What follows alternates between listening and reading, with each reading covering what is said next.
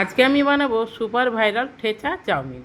প্রথমেই কড়ার মধ্যে অল্প তেল দিয়ে দিলাম, বাদাম, রসুন আর কাঁচা লঙ্কা ভেজে নিলাম। খুব ভালো করে ভাজা হয়ে গেছে, একটা বাটিতে তুলে নিতে হবে। ঠান্ডা করে মিক্সিতে দিয়ে দিতে হবে।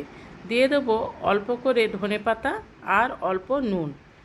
খুব বেশি মিহি করা যাবে না, হালকা হালকা গোটা গোটা থাকবে। এই কড়ার মধ্যে আবার তেল দিলাম, দিয়ে দিলাম ক্যাপসিকাম আর পেঁয়াজ। খুব ভালো করে ভেজে নিতে হবে।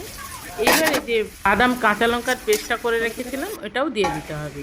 খুব ভালো করে মিশিয়ে নিয়ে এবারে চাউমিন আমি আগের থেকে সেদ্ধ করে রেখে দিয়েছিলাম, চাউমিনটাও দিয়ে দিলাম। স্বাদ মতো নুন দিলাম। সব কিছু খুব ভালো করে নেড়ে চেড়ে ওপর থেকে দিয়ে দিতে হবে অল্প একটু সয়া সস আর কুচনো ধনেপাতা। খুব ভালো করে মিশিয়ে নিন। ব্যাস, এইবার গরম গরম পরিবেশন করুন। তো অবশ্যই একবার এই ভাইরাল রেসিপিটা ট্রাই করে দেখবেন। কমেন্টে জানাতে ভুলবেন না রেসিপিটা কেমন হয়েছিল।